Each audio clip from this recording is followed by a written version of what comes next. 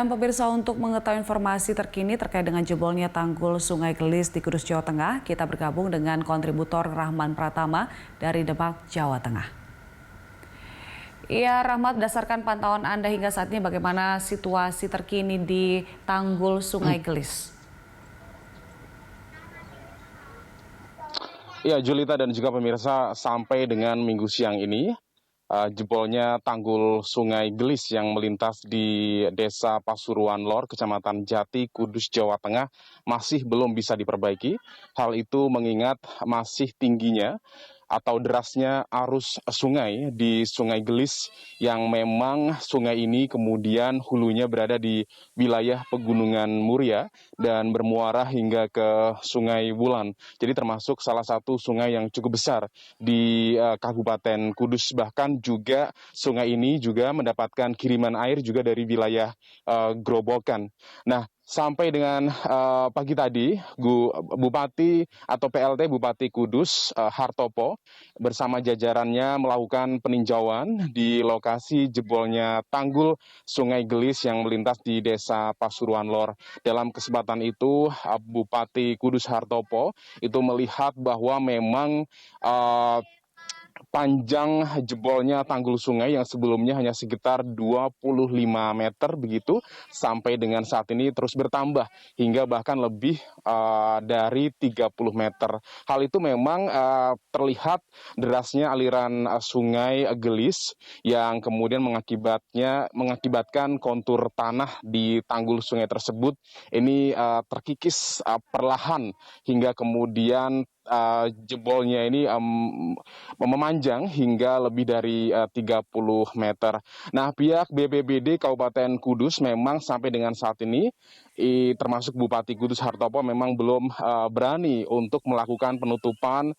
Namun dari jajarannya sudah menyiapkan sak-sak yang kemudian berisi tanah uruk begitu, yang nantinya jika kemudian aliran air di Sungai Gelis ini tidak terlalu deras dan sudah mulai surut, langsung akan kemudian ditambal dengan sak berisi tanah uruk tersebut, kemudian diberikan tiang pancang dan baru ditimbun tanah ekskavator juga sebenarnya sudah disiapkan. Jadi memang faktor alam, namun sampai dengan saat ini memang wilayah Kudus, kemudian sebagian besar Jawa Tengah pada bagian Pantura Timur memang beberapa hari terakhir masih diguyur hujan. Nah, pada hari Rabu, Kamis, pada saat tanggul jebol pada hari Jumat itu memang hujan dengan intensitas deras begitu mengguyur wilayah Kudus, terutama di wilayah Pegunungan Muria. Pada hari Sabtu dan Minggu ini memang terjadi masih ada guyuran hujan, namun tidak setinggi atau sederas pada hari-hari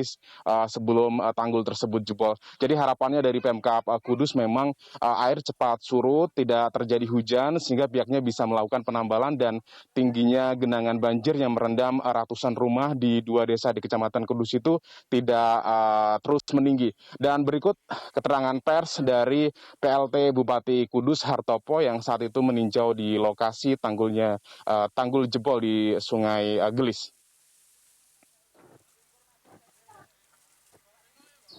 Penanganan di sini tentunya nunggu sampai air ini menjadi surut. Ini yang kita utamakan adalah kita nyawa. Jadi kita evakuasi dulu untuk pengungsi, dan kita sudah menyediakan tempat-tempat pengungsi yang ada di sana, tentunya dengan dapur umum, tenaga kesehatan, dan untuk komplit di sana. Bagaimana bisa untuk penanganan pengungsi yang dari sini. Kondisi seperti ini kalau kita ada penanganan, tentunya kita susah. Kita juga nunggu dari BBB juga untuk ke sini sambil menunggu air ini surut, nanti segera ada penanganan. Di sini sudah ada BPBD, dari TNI, Polri, juga semuanya mungkin dari tim-tim relawan yang nanti akan siap untuk membantu di dalam untuk penanganan tanggul. Ya, Julita, demikian keterangan dari PLT Bupati Kudus Hartopo. Iya, Rahman, sebenarnya sejauh ini berapa banyak pengungsi akibat jebolnya tanggul? Ya, Julita, sampai dengan saat ini memang banjir akibat jebolnya tanggul Sungai Gelis begitu mengakibatkan ratusan rumah yang berada di 3 dukuh yang ada di 2 desa di Kecamatan Kaliwungu dan juga di Kecamatan Jati. Ini kemudian terendam banjir, ketinggian memang cukup bervariasi antara 30 hingga 70 cm. Nah, di Desa Pasuruan Lor, lokasi di mana tanggul jebol tersebut terjadi, memang merendam dusun atau dukuh Goleng yang sekitar ada 1.000 kakak atau kepala keluarga yang total jiwanya sekitar 1.000 kakak berada di 3 dukuh begitu ya, di 2 desa, dan satu di Dukuh Goleng ini ada sekitar 1.200 jiwa yang kemudian terdampak akibat banjir. Meskipun sungai ini melintas di Desa Pasuruan Lor, banjir juga kemudian mengarah ke desa sebelah di Kecamatan Kaliwungu, tepatnya di Dukuh Setro dan juga di Dukuh Karangturi yang ada di Desa Setro Kalangan, Kecamatan Kaliwungu Kudus. Di 2 dukuh tersebut ada sekitar 1.800 jiwa yang terdampak akibat banjir, dan pemerintah kabupaten setempat sudah menyiapkan 3 lokasi pengungsian, termasuk juga para pengungsi ini memang tidak hanya mengungsi di tempat-tempat pengungsian yang disiapkan ya, ada 3 lokasi pengungsian. Yang pertama ada 2 lokasi pengungsian, yaitu di Taman Pendidikan Al-Quran, kemudian di SMP Muhammadiyah 2 itu bagi masyarakat di Desa Pasuruan Lor, kemudian di Desa Setro Kalangan itu ada di kantor balai desa setempat.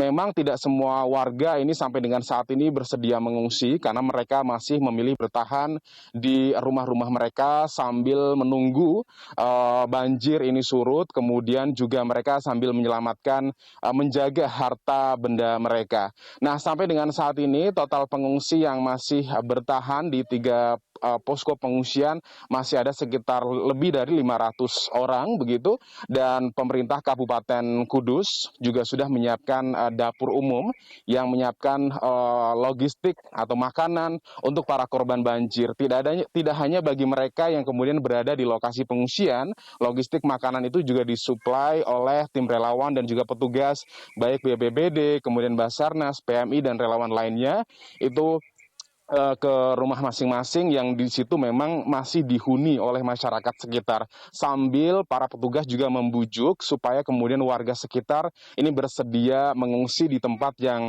sudah disiapkan, atau kemudian memang masih banyak juga warga yang mengungsi di rumah-rumah saudara yang dinilai cukup aman. Terlebih pada masa pandemi COVID-19, mereka juga khawatir menjadi kemudian atau terjadi penyebaran virus corona, sehingga untuk mengantisipasi hal itu, petugas sudah menerjunkan petugas medis dari puskesmas tempat dan juga dibantu oleh Dinas Kesehatan Kabupaten Kudus untuk melakukan rapid test antigen bagi seluruh pengungsi atau korban banjir yang bersedia berada di posko pengungsian. Setiap hari ada ratusan rapid test antigen yang kemudian dilakukan kepada para pengungsi, dan hal ini memang untuk menjaga supaya kemudian tidak muncul klaster dari lokasi pengungsian. Julita.